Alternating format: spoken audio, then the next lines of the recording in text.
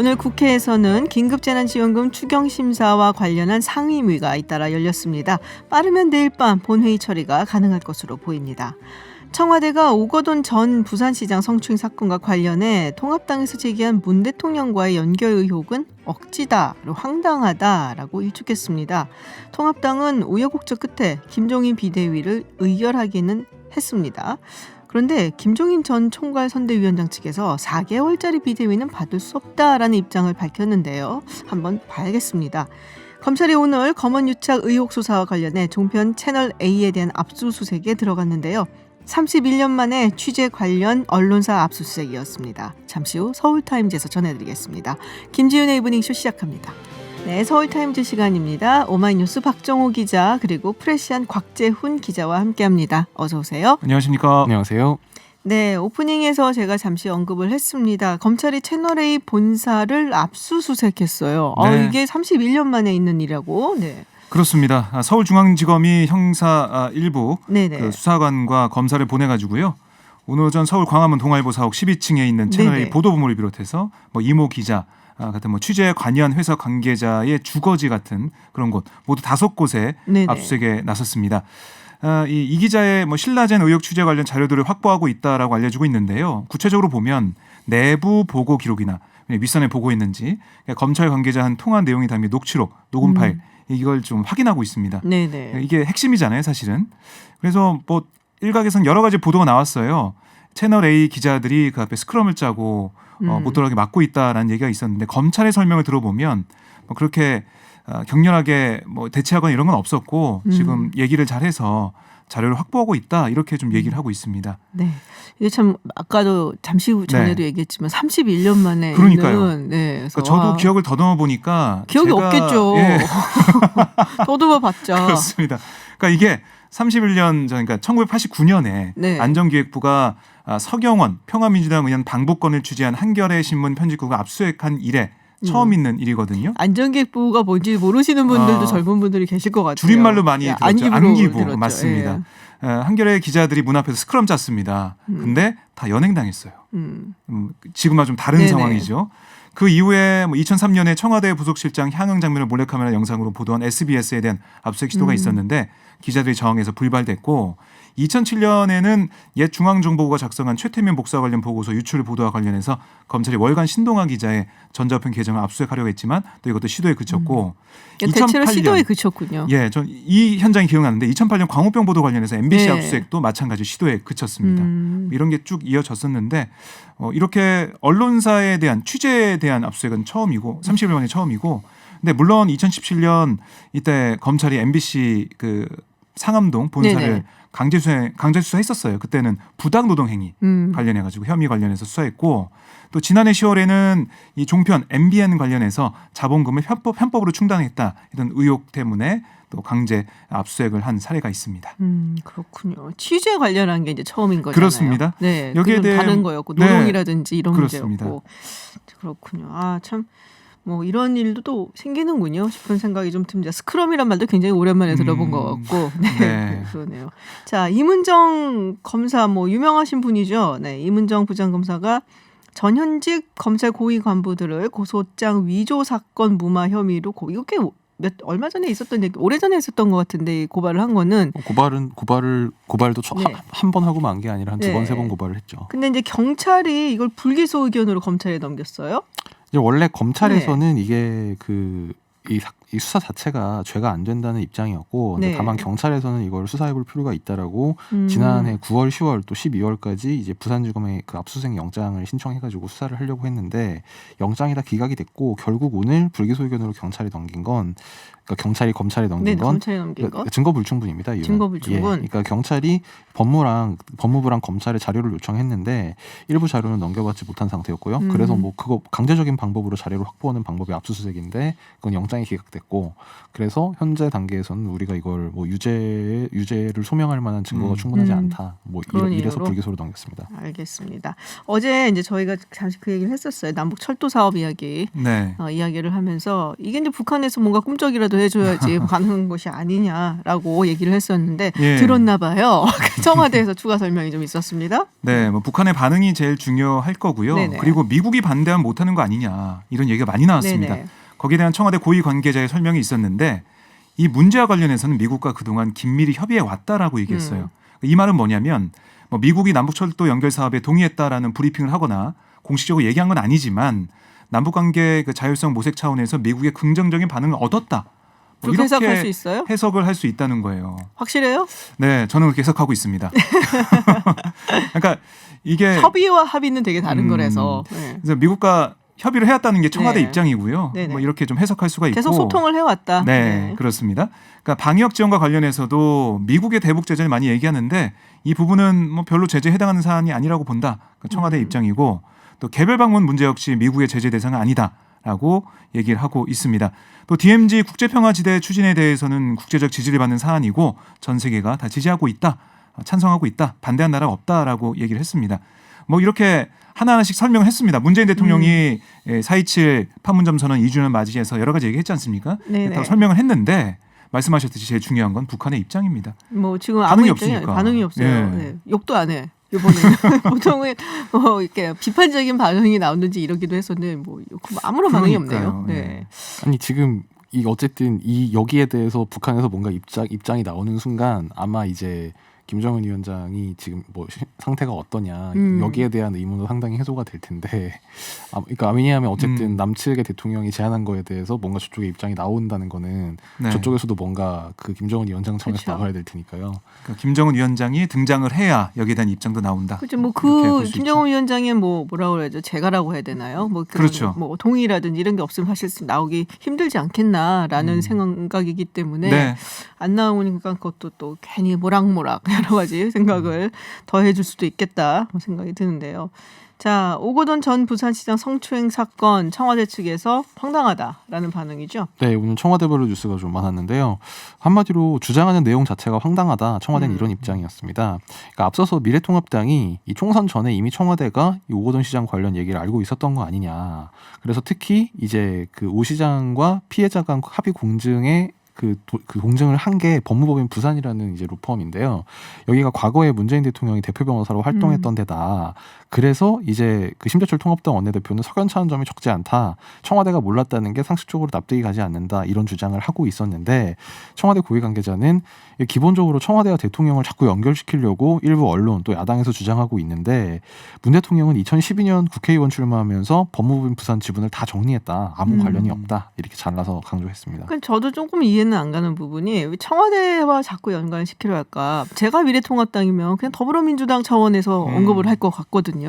그래서 뭐 글쎄 저게 뭐 총선인데 청와대까지 뭐 관련 그 있을까? 대선을 좀 바라보면서 여러 가지 준비하는 게 아닐까. 왜요? 청와대와 문재인 대통령을 공세를 펼치면서 향해서 대선을 통합당이 이제 총선이 졌기 때문에 대선을 벌써부터 준비하는 게 아닌가 하는 생각을 그게 해봤습니다. 통합당 입장에서는 마침 법무법인 부산이 나왔으니까 부산 하면 이제 문 대통령이 옛날에 있었던 데 아니냐 이제 이러니까 뭔가 그 연결고리로 연결고리 연상을 해가지고 이제 그런 공세를 연결고리. 편 모양인데 근데 사실 법무법인 부산에 있었던 분들이나 이제 이분들이 뭐 소위 말하는 부산의 민주당 진영에서 이제 대부분 그런 인맥들로 다 연결돼 있고 특히 이 법무법인 부산의 그 변호사들 중에 일부는 오거돈 시장 즉 그 지방선거 때 선거 캠프에도 들어가 있었다고 해요.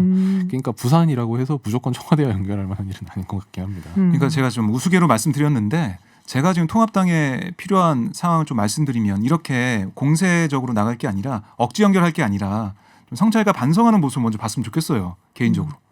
통합당이 필요한 인재라는 말씀이신가요? 우리 제가요? 박정우 기자가 지금 네, 조언을 드리는 겁니다. 조언을 예. 드리자면 알겠습니다. 네, 국회 외통위에서 김현철 통일부 장관이 김정은 위원장 관련해서 뭐 무슨 네. 얘기를 할까 관심이 집중됐는데 동선을 다 파악하고 있다는 얘기까지 나와갖고 그러니까 계속 뭐 질의가 네. 되니까 여러 가지 얘기하다가 계속해서 나왔는데 기본적인 입장은 정부가 했던 얘기랑 똑같습니다. 네네. 북한의 특이 동향이 없다라는 입장을 보였는데요. 근데 제가 좀 눈길이 갔던 거는 바로 무소속 이정현 의원과 김현철 장관의 설전이 좀 관심이 갔습니다. 이정현 의원 질의 스타일 아시잖아요. 네, 아시는 그렇죠. 분 아실 텐데 다혈질이세요. 네. 그래서 막 질의하면서 좀 화를 내듯이 언성을 좀 높이는데 그런 장면이 좀 있었거든요. 그러니까 정부의 정보 출처를 국민들에게 좀 시원하게 말해달라. 왜 말하지 않냐 이런 질문을 했고 그리고 뭐 중국 의료진이 북한으로 갔다는 뉴스들이 사실인가? 김 위원장의 신변에 이상이 있냐? 와병 중인가라고 계속 물어봤는데요. 그러자 이 김 장관이 정부는 가짜뉴스에 대해 일일이 대응하지 않는다라고 얘기했고 다시 말하지만 특이 동행이 없음을 자신 있게 말한다라고 답을 했어요. 자신 있게 이것까지 붙였는데 그러니까 그러자 이정현 의원은 계속해서 말을 해달라. 모르면 모른다. 말할 수 없으면 없다고 해달라라고 하자 김 장관은 다시 정부는 정보를 정치화하지 않는다라고 얘기를 했어요. 그러니까 이걸 얘기하게 되면 이게 또 정치화가 돼서 상황이 나빠지니까 뭐 이렇게 얘기한 걸로 보여지는데요. 그냥 말할 수 없다 그러면 안 돼요? 네, 그러니까 계속 질의가 이어지니까요. 네. 이정현 의원이 아니 이걸 가지고 누가 정치화하냐. 회의가 열리니 와서 남북 문제 묻는 건 아니냐. 이렇게 얘기를 하면서 또 목청을 높였는데 김 장관은 국민들이 안심해도 된다. 정부는 엄격한 정보 평가를 통해 결과를 말씀드린 것이다. 그러니까 정부를 믿어달라 이렇게 강조했습니다. 근데 태국인 당선인 우리가 이제 태용호 공사 전 네네. 대사로 알고 있잖아요. CNN하고 인터뷰를 했는데 특이한 동향이 있다. 그리고 본인의 또 유튜브 채널이 있죠. 거기서도 상당히 많이 이야기를 하는 것 같아요. 그러니까 CNN과 인터뷰를 통해서 한 얘기는 보면 분명한 건 그러니까 김 위원장이 스스로 일어서거나 제대로 걷지 못하는 상태다라고 확증을 했어요. 확실하게 얘기를 했거든요. 그러니까 수술을 받았는지 여부는 모르겠지만 확신할 수 없지만은 제대로 걷지 못하는 상태라는 것은 확실하게 얘기를 했습니다. 근데 뭔가 소스가 있는지 아니면은 어떤 사람한테 들었는지 이걸 좀 알고 싶은 건데 이거야말로 좀 알고 싶은 건데. 근데 그 소스 말하면 안 되죠. 원래 취재원은 얘기 안 하시잖아요. 네, 밝히지 사실 않더라고요. 그 그러니까 태용 의원도 그렇고 태용은 당선자도 그렇고 청와대나 통일부 정보기관도 마찬가지인데 북한 측이 어떤 정보를 알면 이를테면 김정은 위원장이 뭐 양치할 때 어떤 자세로 했다는 정보를 우리가 입수했으니까 이렇다. 예를 들어서 이런 걸 알면 그걸 알 수 있는 그 위치와 각도가 상당히 제한되어 있기 때문에 그렇죠. 그 위치가 정보 출처가 어딘지 다 티가 나면 결국 정보망이 무너지게 되니까 맞아요. 그건 당연히 얘기를 그렇죠. 할 수가 없는 거고요. 사실 오늘 김현철 장관의 국회 답변에서 상당히 좀 눈에 띄었던 거는 정부 기관에서 사실 이걸 약간 공식적으로 인정하다시피 한 게 약간 이례적이었는데 이제 그 북한의 코로나 사태가 상당히 심각하다는 걸 이제 좀 뭐랄까요 이렇게 시사를 했습니다. 김현철 장관이 오늘 그 4.15 태양절 거기에 이제 김정은 위원장이 안 간 게 특이 동향 아니냐 이런 질문이 네. 나오니까 답변하기를 집권 이후 처음으로 참석하지 않은 건 사실이지만 올해 태양절에선 경축연회나 중앙보고대회 등이 코로나19 때문에 취소됐고 강수산 참배객 역시 축소됐다 이렇게 얘기하면서 거기도 그러면 굉장히 이슈다. 그렇죠. 코로나19 방역 상황과 이로 인해 행사가 취소된 적이 있다는 점을 고려해야 된다. 그러니까 사실상 북한이 지금 코로나 때문에 상당히 어려운 중앙에 놓여 있다는 거를 김현철 장관이 공식 석상에서 언급한 거는 제가 보기로는 이번이 처음이 아닌가 싶습니다. 외통위 얘기도 좀 해보죠. 강경화 장관 나왔는데 시진핑 주석 방한 관련해서 전반기에는 어렵다. 처음 들은 것 같아요. 이 전반기 어렵다는 얘기는 네. 그동안 뭐 추진 중이다 계속 그렇게 얘기를 했었는데 그럼 하반기로 넘어가는 건가요? 예, 청와대하고 외교부에서는 계속 뭐 무슨 상반기 방한 무산 이제 이런 기사가 언론에 나올 때마다 뭐 전혀 사실이 아니다. 네네. 그냥 뭐 금년 중 방안을 계속 추진 중이다 이렇게만 해명을 했는데요. 오늘 강경화 장관이 이제 외통위 현안 보고에 나와서 상반기 방안은 코로나 사태로 조금 가능성이 낮아진 상황이라고 생각한다. 이렇게 얘기를 했습니다. 결국 이걸로 봤을 때 아무래도 상반기엔 좀 이뤄지기가 어려울 것 같고요. 앞서 지난 27일에 이제 주한 중국 대사 싱하이밍 대사가 이 한국 방문은 아주 중요하고 우리는 매우 중요하게 생각하고 있다. 이렇게 얘기를 하면서도 상반기에 오는 게 맞냐 이렇게 물으니까 계속 논의하겠다. 이렇게만 답변을 했거든요. 그래서 이 싱하이밍 대사의 언급이나 뭐 강경화 장관 언급을 종합해서 볼 때 상반기 중 그러니까 6월 전에는 아마 오기가 좀 어려워진 게 아닌가 싶습니다. 그 방위비 분담금 협상 이야기도 나왔을 것 같은데. 예, 그거 관련해서는 마침 오늘 언론 보도가 이제 그 정부가 특별법을 제정해서 이제 무급휴직 상태에 놓인 이 주한미군 한국인 노동자 4,000명에게 뭐 월급을 지급한다. 그 다음에 이거를 나중에 미국이 공제한다. 뭐 이런 걸 정부가 추진하고 있다는 언론 보도가 나왔었는데요. 강경화 장관은 이 보도에 대해서 사실과 다르다. 그러니까 국방위원회 위원들이 이 내용 전혀 모르고 있는 게 그게 맞다. 그러니까 이렇게 답을 했습니다. 그러니까 한마디로 그런 특별법을 정부가 준비하고 있다는 건 사실이 아니라는 거고요. 방 장관은 그래서 임금 문제만 먼저 해결하자고 미국 측에 요청했으나 받아들여지지 않았다면서 이미 예산이 책정된 부분을 가지고 인건비를 해결하자고 한 것에 대해서도 미국 측이 법적 근거가 없다고 수용하기 어렵다는 입장을 보였다. 이렇게 일종의 얘기했습니다. 레버리지로 생각을 하고 있을 테니까 그렇죠. 타협해주기는 않겠죠. 너무 합의가 네. 안 되네요. 이거. 네. 생계가 걸린 문제인데. 뭐 선거가 또 미국이 있기 때문에 네. 아마 트럼프 대통령이 쉽게 안 해주지 않을까라는 생각을 좀 들기는 그래서 합니다. 미국의 소리 방송을 통해서 나온 국무부 대변인실 입장은 그 협상을 진행하는 동안 우리는 그러니까 미국은 조정하고 타협을 했다면서 우리는 상당한 유연성을 보였고 한국 정부도 더 타협해달라 이렇게 얘기했다고 합니다. 니네가 와군요. 예. 참고로 미국의 소리 방송은 국무부가 이제 운영하는 방송이죠. 네. 조금 보수적인 성향을 가진 것으로 저는 알고 네. 있습니다. 자, 민주당 이야기 좀 해보겠습니다. 원내대표 경선 이제 조금씩 군부를 지피고 있는 것 같은데, 네. 자 누가 나왔는지. 네, 3명이 나왔습니다. 네. 3파전인데요. 오늘 기호 추첨도 했습니다. 1번이 김태년 의원, 2번이 전해철 의원, 3번이 정성호 의원으로 결정이 됐어요. 네, 이제 들어보니까 전화가 많이 온대요. 아 그래요? 초선들이 전화를 많이 받고 있고 이 계속해서 선거 운동이 진행되고 있다라는 상황을 좀 듣고 있는데요. 특히 초선들의 표심을 갖기 위해서 좀 확보하기 위해서 열심히 노력을 하고 있다고 합니다. 초선들이 아무래도 네. 지금은 좀 자유롭잖아요. 네네. 어디 모임이나 이런 데 안 들어가 있기 때문에 자유로운 상황에서 그 표를 좀 얻기 위해서 노력하고 있는데 민주당 당선인 163명 중에 초선이 68명입니다. 41%에 달해가지고요. 초선 표심. 또 거기다가 당내 모임을 보면 86그룹이 속한 개혁 성향의 더 좋은 미래, 줄여서 더 미래라고 부르는 그 조직이 그 모임이 한 20명 정도 가입이 돼 있고 아니요 더 있는데 21대 총선 당선자는 20명 정도 되고요. 그다음에 김근태 전 의원을 네. 뿌리로 하는 민평년. 민평년. 네. 여기도 21대 총선 당선자 기준으로 27명이 가입이 되어 있습니다. 민평년 더 미래 다 가입되어 있는 사람도 있고 어쨌든 지난 국회를 보면 20대 국회를 보면 원내대표 우상호, 우원식, 이인영 의원이 더 미래 소속이었고 우원식, 이인영 의원이 민평년 소속이었습니다. 그래서 표가 좀 결집돼 있다는 생각이 드는데 모르겠어요. 얘기를 들어보면 이번 선거는 사실 그러니까 더 미래나 민평년 출신 후보가 안 나왔기 때문에 좀 자유롭게 투표할 거다라고 얘기하고 있는데요. 초선들이 어떻게 투표할지 또 더 미래 또 민평년이 어디로 좀 몰릴지 이거에 좀 관심을 있게 봐야 될 것으로 보입니다. 근데 윤호중 사무총장은 안 나왔어요. 네, 나올 그러니까 줄 사실상 김태년 의원하고 아. 단일화했다라고 보시면 됩니다. 그렇군요. 그러니까 김태년, 전해철 의원이 친문계잖아요. 네. 친문계인데 그 중에서도 김태년 의원은 친이계, 그러니까 이해찬계라고 네네. 불리죠. 당권파라고 볼 수가 있습니다. 난리 났네요. 윤호중 사무총장도 사무총장을 하면서 네. 당권파로 볼 수가 있기 때문에 네네. 당권파 차원에서 단일화했다라고 볼 수가 있고 제일 가깝다라고 생각이 드는 건 사실 전해철 의원이죠. 아닐까요? 전해철 네. 의원은 친노부터 해서 친문 네네. 핵심으로 좀 불리고 있고요.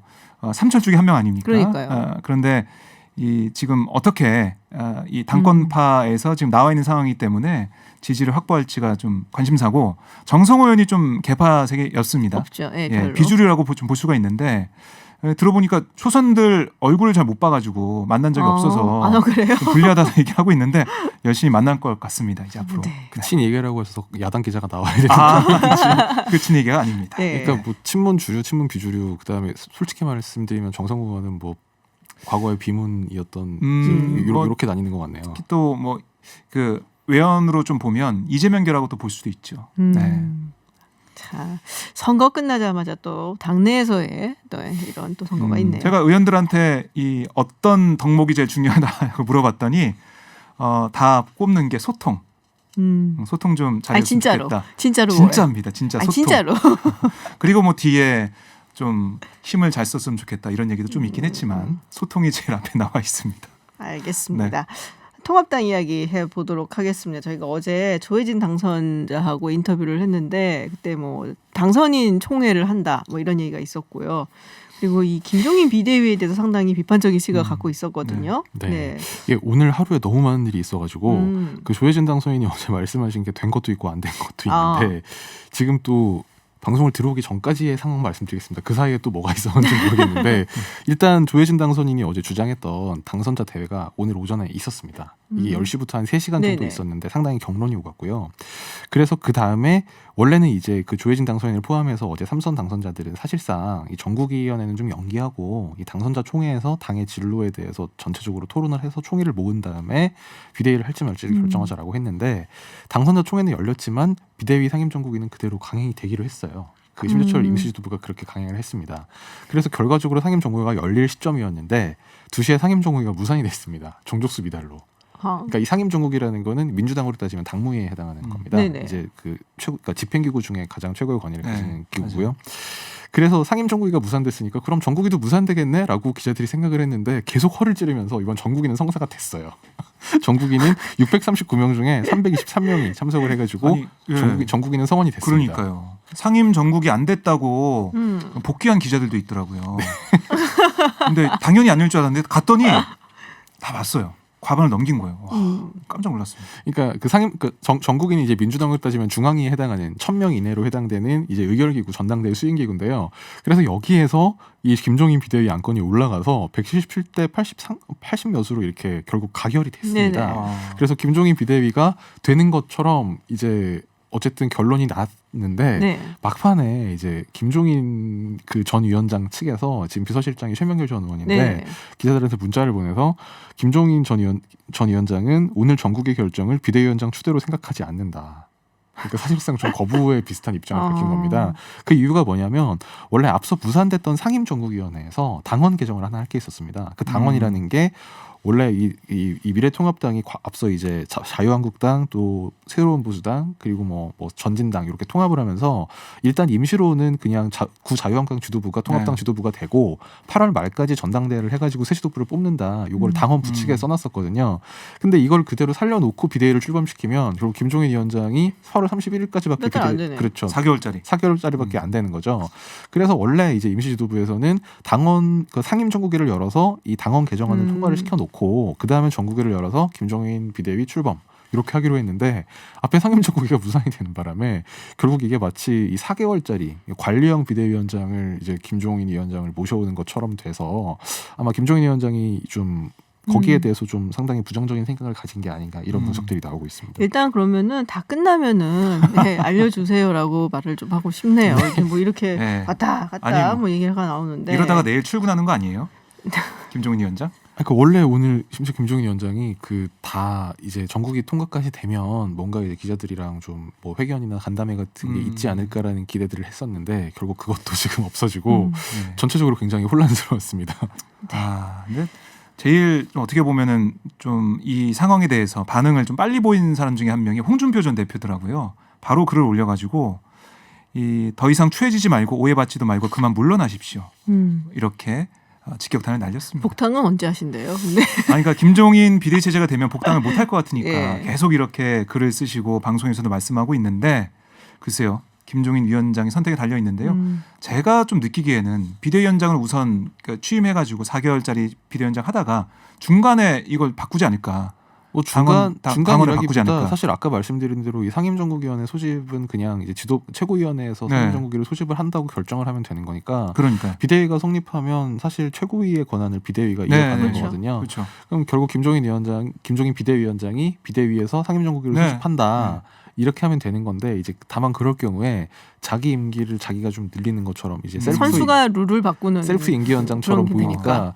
뭐 사실 제가 김종인 위원장이라도 내가 뭐 그렇게까지 하면서 그다음 가서 비대위원장을 해야 되냐라는 생각이 들 것 같긴 해요. 그렇군요. 알겠습니다. 정치 모릅니다. 어떻게 될지. 자, 유은혜 부총리 겸 교육부 장관 등교 수업 시기 방법을 논의를 하기 위해서 전국 시도교육감하고 원격 회의 진행을 했습니다. 그렇습니다. 다음 달 3일쯤 초에 이제 뭐 어떻게 얘기가 나올지 계약을 언제 할지 뭐 이런 얘기가 나온다라고 지금 언론에서 나오고 있거든요. 네, 그럴 가능성이 커 보이고요. 네네. 오늘 이 시도교육감과의 원격 회의에서 학교 시설 뭐 점검도 하고요. 마스크, 소독제, 체온계 이런 방역 물품 비축 상황도 좀 보고 언제 계약하면 좋을지 얘기 좀 들었는데요. 유은혜 부총리가 다음 달 1일까지 또 교사와 학부모들과도 간담회를 가질 예정이에요. 그래서 다 모은 다음에 3일쯤 등교 시기와 방법을 결정할 걸로 보이는데요. 왜냐하면 중대본에서 그때 좀 결정했다 얘기했습니다. 그래서 현재 계약 시점은 다음 달 11일에 유력하다. 좀 나오고 있고 3일에 이제 뭐 대충 발표가 나고 그렇습니다. 일주일 정도 준비를 하고 네. 14일이나 18일도 거론되고 있는데 제일 유력한 건 온라인 계약 때 고3하고 중3이 먼저 네네. 수업을 했지 않습니까?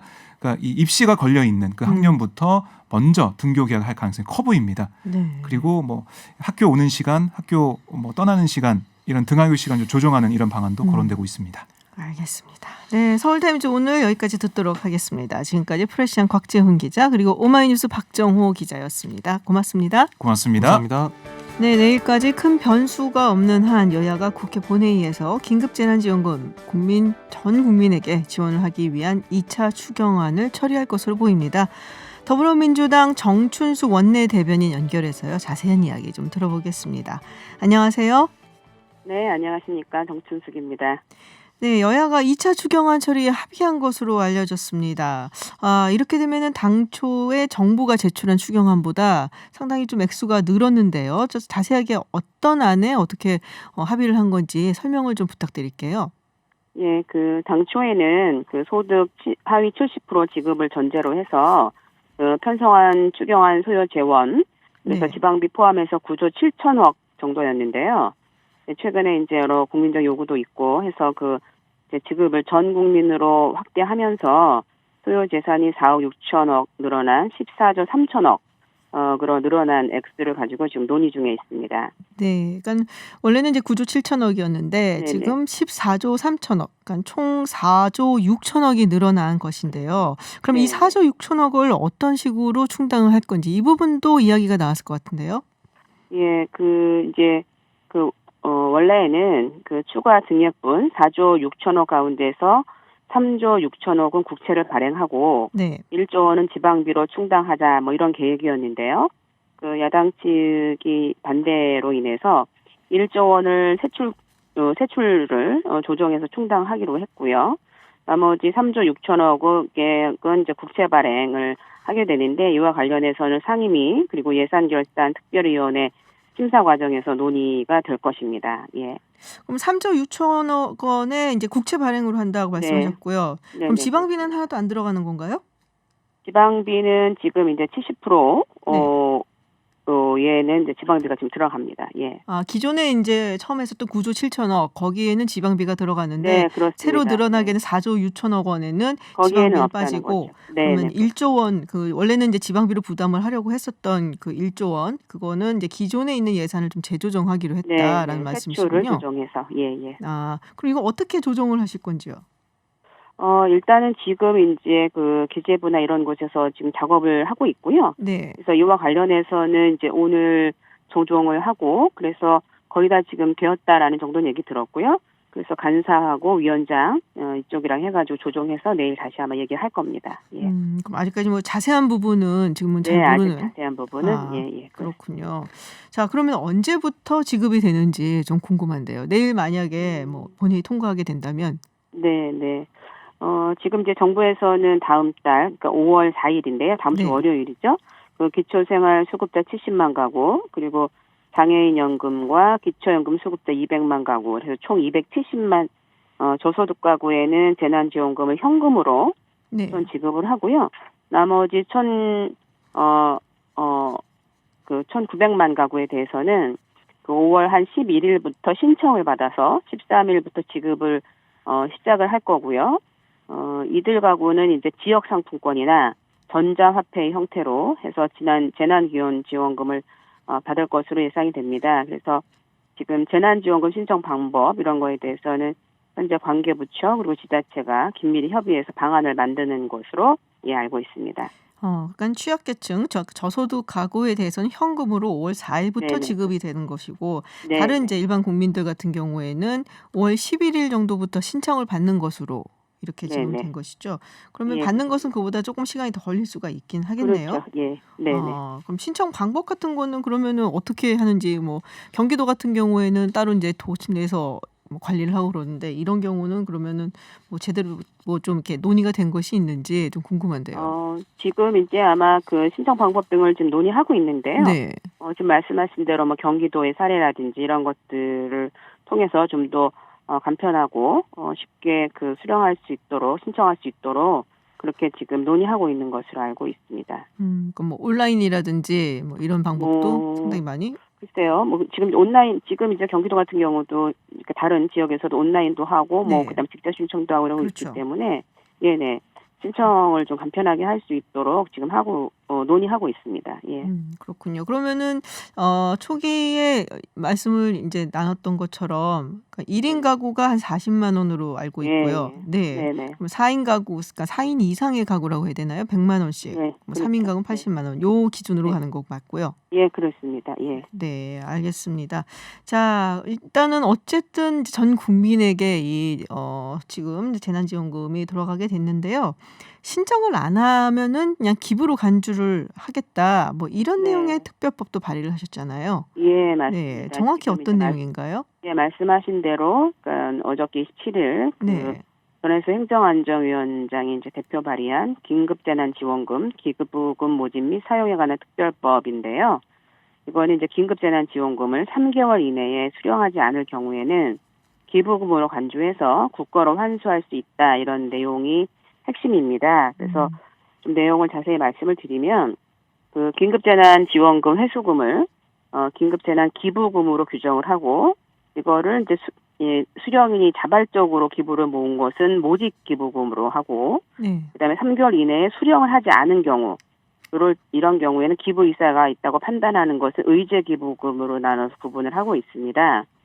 예, 그래서 이렇게 나눠져 있고 그다음에 이렇게 모인 기부금을 고용 유지 그리고 실직자 지원 등을 활용하기 위해서요. 고용보험기금 수입으로 사용할 수 있도록 이렇게 정했고요. 그다음에 이제 긴급재난 기부금은 이제 연말정산 또 종합소득세 신고 시에 15%의 세액공제를 받을 수 있도록 명시가 되어 있습니다. 네. 그래서 이제 행안위에서 이제 이 법안이 이제 통과가 됐고요. 그래서 요런 정도 내용으로 지금 이제 내일 법사위나 본회의를 통해서 아마 의결이 될 것이라고 보고 있습니다. 네, 근데 이런 얘기들이 좀 나왔었어요. 이게 네. 이제 기부란 것이 사실은 좀 자발적으로 이루어져야 되는 게 좀 네. 있는데 이제 뭐 누가 나는 그러면 이거는 기부를 했다, 안 받겠다, 뭐 이런 식으로 뭐 인증을 한다든지, 뭐 그래서 뭐 예. 일종의 우리 뭐 챌린지 시리즈 있잖아요. 예, 쿠키 예, 챌린지라든지 뭐 이게 이제 굉장히 뭐랄까요, 조금 뭐 선한 영향력으로도 볼 수가 있는데 네. 또 네. 따로 보자면은 너무 이제 좀 사람들한테 압박을 줄 수도 있다. 이게 뭐 네. 사회적으로 좀 갈등을 부추길 수도 있다. 뭐 이런 얘기도 있거든요. 이런 부분에 대해서는 어떻게 생각하세요? 글쎄요, 챌린지라든지 뭐 이런 부분은 네. 사실은 이제 자발적으로 진행하는 것들이기 때문에 예, 그런 거를 뭐 따로 얘기하기는 좀 어렵지만 강제성을 띠는 것은 아니고요. 그다음에 이제 오히려 이번에 이제 코로나19에서 보시는 것처럼 자발적인 어떤 참여 이런 게 굉장히 우리 사회에서 많이 중요하게 지금 보여지고 있다고 봅니다. 그래서 경제 위기라고 하는 전 국가적인 이런 어려운 상황에서 이 예산이 이제 이게 기부금이 이제 고용 유지하고 실직자 지원으로 활용이 될 예정이기 때문에 자발적인 것들이다. 뭐 성숙한 문화 의식 이런 거 봤을 때는 오히려 기부라고 생각이 좀 들고요. 그래서 이 부분은 뭐 강제성은 전혀 없는 것이기 때문에 뭐 문화적인 측면으로 이해하는 게 더 맞다고 생각을 합니다. 네. 예. 근데 홍남기 부총리가 그런 얘기 했거든요. 네네. 자기는 이제 뭐 기부를 하겠다, 받지 않겠다. 네. 네, 이러면은 이제 그 밑에 계시는 다른 공직자들도 좀 눈치가 보이지 않을까요? 네, 뭐 아무래도 영향이 없다고는 할 수가 없는데 네.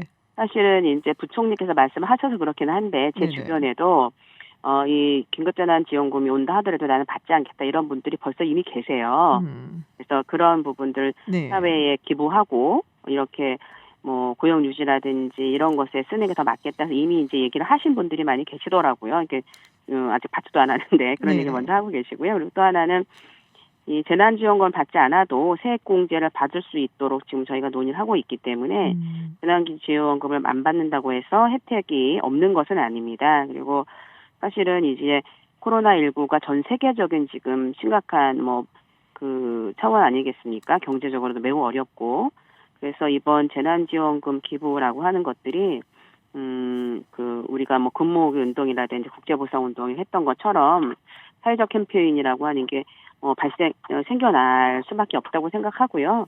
그런 면에서는 고소득자나 사회 지도층들이 자발적인 기부를 할 수 있고 또 하는 것이 크게 문제가 되진 않는다. 저는 그렇게 생각합니다. 예. 네.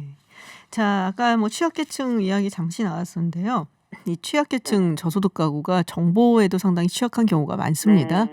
그래서 이분들이 빠짐없이 잘 받으실 수 있도록 취약계층 말고 또 그 위에 이제 그 바로 위에 계시는 분들도 있잖아요. 그래서 정보가 뒤떨어져서 받지 못하는 일이 없도록 정부 측에서 또 국회에서 잘 활약을 좀 해주셨으면 하는 바람이 좀 있습니다. 네, 예, 오늘 말씀 고맙습니다. 네, 감사합니다. 네, 지금까지 정춘숙 더불어민주당 원내대변인과 이야기 나눴습니다. 네, 잠시 후 3부에서는 온라인 수업을 모범적으로 시행하고 있는 경남 사천 곤명중학교 교장선생님 만나보고요. 또 4부에서는 황금 연휴 많이들 기다리시는데요. 18만 명 관광객이 몰릴 것으로 예상되는 제주도 어떤 방역 대책을 세우고 있는지 원희룡 제주지사 연결해서 이야기 들어보겠습니다. 저는 잠시 후 7시 김지윤 에픽으로 돌아오겠습니다.